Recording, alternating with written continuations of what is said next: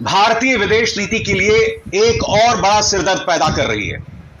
पाकिस्तान और सऊदी अरब के बीच में रक्षा सौदा हुआ है, सामरिक सौदा हुआ है। अब आप कहेंगे देशों के बीच सामरिक समझौते तो होते ही हैं, मगर इस समझौते में जो बात सामने उभर कर आई है वो हमारी विदेश नीति पर सवाल है।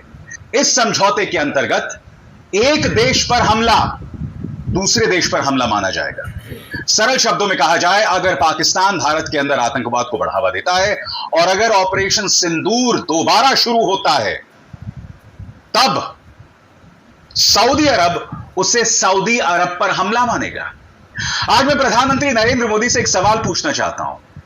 सऊदी अरब के राजकुमार के साथ आप इस तरह से हंसी ठट्ठा कर रहे थे। सऊदी अरब भारत का बड़ा दोस्त माना जाता है, बावजूद इसके सऊदी अरब ने पाकिस्तान के साथ यह समझौता किया।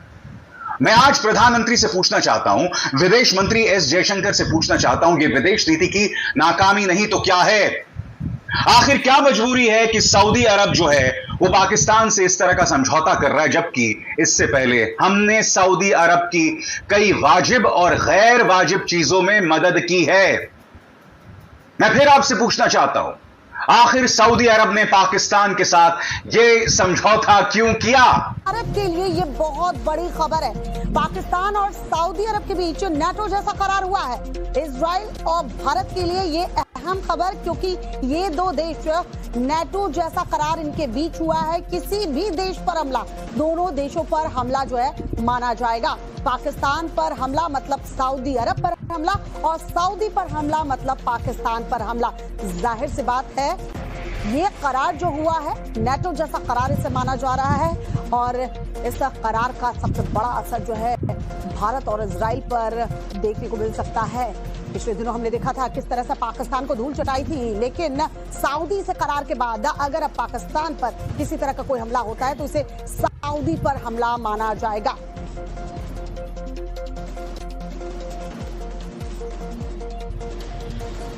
और चलिए अब जरा समझ लीजिए कि आखिर सऊदी और पाकिस्तान के बीच ये समझौता हुआ तो हुआ क्यों। इजराइल के हमलों से इस वक्त अरब मुल्क जो है वो डरे हुए हैं। इजराइल ने हाल ही में कतर पर हमला किया था। इजराइल ने गाजा पट्टी को मिट्टी में मिला दिया है। इस्लामिक मुल्क इजराइल का कुछ भी नहीं कर पा रहे और इजराइल रुकने का नाम भी नहीं ले रहा है। पाकिस्तान भी भारत के तेवर से घबराया हुआ है। इस्लामिक वर्ल्ड में पाक इकलौता परमाणु मुल्क है। अब आप समझ सकते हैं कि क्यों ये समझौता अहम हो जाता है और क्यों सऊदी की तरफ से ये डील पाकिस्तान के। नाज़रीन, पाकिस्तान और सऊदी अरब के दरमियान होने वाले ही दिफाई मादे ने भारत के पांव तले जमीन निकाल दी है। भारत ने इस हवाले से रिएक्शन जो है वो दे दिया है। तो भारत ने जो मौक़िफ़ दिया है वो भी आप सुन लीजिए कि भारतीय वज़ारत हाजा के तर्जुमान का कहना है कि हमने इस हवाले से रिपोर्ट देखी है, हम इस पेशरफ से पहले ही आगाह थे और भारत जो है अपने कौमी मफादात और कौमी सलामती के तहफ़्फ़ुज़ के लिए तमाम तर इक़दाम उठाता रहेगा। नाजरीन, भारत के रिएक्शन में आज तो ये एक्टिंग करने की कोशिश की गई है कि जैसे भारत को सारी सिचुएशन का पहले इल्म था, लेकिन हकीकत ये है कि नाज़रीन कराम, दुनिया में किसी को नहीं मालूम था कि पाकिस्तान और सऊदी अरब जो है वो इतने करीब जाने वाले हैं कि एक मुल्क के ऊपर हमला, दूसरे मुल्क के ऊपर हमला जो है वो सब्र किया जाना ये कोई मामूली बात नहीं है। देखें, इस वक्त पाकिस्तान के जो दुश्मन हैं वो सऊदी अरब के दोस्त हैं, और जो सऊदी अरब के दुश्मन हैं वो पाकिस्तान के भी दोस्त हो सकते हैं। ऐसी सूरत हाल में नाज़रीन कराम, अब बात ये हुई है पाकिस्तान सऊदी अरब के दरमियान कि एक मुल्क के ऊपर हमला, दूसरे मुल्क के ऊपर हमला। तो ऐसे में जो पाकिस्तान का सबसे बड़ा दुश्मन है वो कौन है? भारत है, और भारत जो है वो सऊदी अरब का बहुत बड़ा दोस्त है। ऐसी सूरत में कल को अगर भारत पाकिस्तान के ऊपर हमला करता है तो इसका मतलब है कि भारत ने पाकिस्तान के ऊपर ही नहीं बल्कि सऊदी अरब के ऊपर भी हमला किया है। ऐसे में भारत जो है वो अचानक सऊदी अरब की दोस्त की लिस्ट से निकलकर सऊदी अरब के दुश्मनों की लिस्ट में शामिल हो जाएगा। इस तरह से भारत जो है इससे सबसे ज़्यादा मुतासर होने वाला मुल्क है। नाज़रीन कराम, पाकिस्तान और सऊदी अरब के दरमियान जो मादा हुआ है इसमें अगर कोई सबसे ज़्यादा मुतासर होना है तो वो भारत ने होना है, क्योंकि अगर भारत पाकिस्तान के साथ उसके मामला बिगड़ते हैं तो भारत को कुछ ज़्यादा फ़र्क नहीं पड़ता। लेकिन अगर सऊदी अरब के साथ भारत के मामला ज़्यादा बिगड़ते हैं तो ये सिर्फ सऊदी अरब के साथ नहीं बिगड़ेंगे। इसका मतलब ये होगा कि अलावा जो मिडल ईस्ट की दीगर अरब कंट्रीज़ हैं, जैसे कि मुत्तहिदा अरब अमारात है, बहरीन है, कतर है, और दीगर जो ममालिक हैं सुन्नी ममालिक, उनके ऊपर सऊदी अरब का अच्छा खासा असर रसूख है। यूँ कह लीजिए कि सऊदी अरब जो है वो उनका एक सरदार है जिसकी वो बात मानते हैं। इन ममालिक के ऊपर सऊदी अरब की चलती है।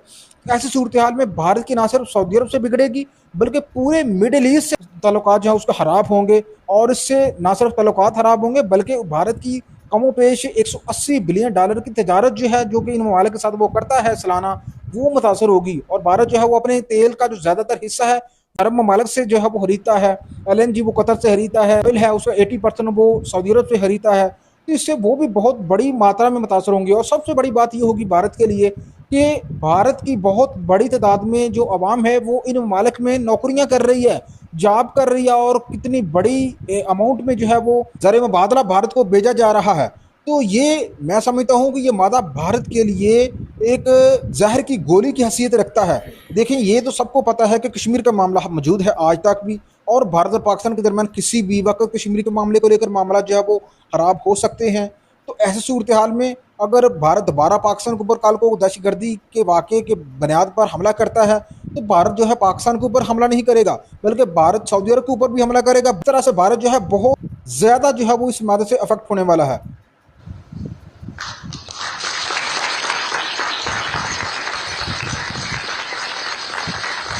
दिन रात गए धमाकेदार खबर सामने आ चुकी है। पाकिस्तान और सऊदी अरब के दरमियान तरीही एग्रीमेंट हुआ है। जी हाँ नाज़रीन कराम, इस मादे ने पूरी दुनिया की नींदें उड़ाकर रख दी है। नाज़रीन कराम, पाकिस्तान और सऊदी अरब जो है इनके दरमियान इस तरीही मादे ने दुनिया भर में खलबली मचा दी है। मादा नाज़रीन कराम ये हुआ है कि किसी एक मुल्क के ऊपर हमला, दोनों मुल्कों के ऊपर हमला तस्वर किया जाएगा। जी हाँ नाज़रीन कराम, सऊदी अरब के ऊपर हमला, पाकिस्तान के ऊपर हमला तस्वर होगा, और अगर पाकिस्तान के ऊपर कोई हमला करेगा तो सऊदी अरब के ऊपर हमला तस्वर होगा। नाज़रीन कराम, इस तरीही मादे ने पूरी दुनिया में खलबली मचा कर रख दी है। नाज़रीन कराम, ये तरीही मादा पाकिस्तान के वज़ीर-ए-आज़म शहबाज शरीफ और फील्ड मार्शल जनाब आसिम मुनीर के दौरे सऊदी अरब के दौरान एक खसूसी तकरीब में इस मादे को पाया तकमील तक पहुंचाया गया।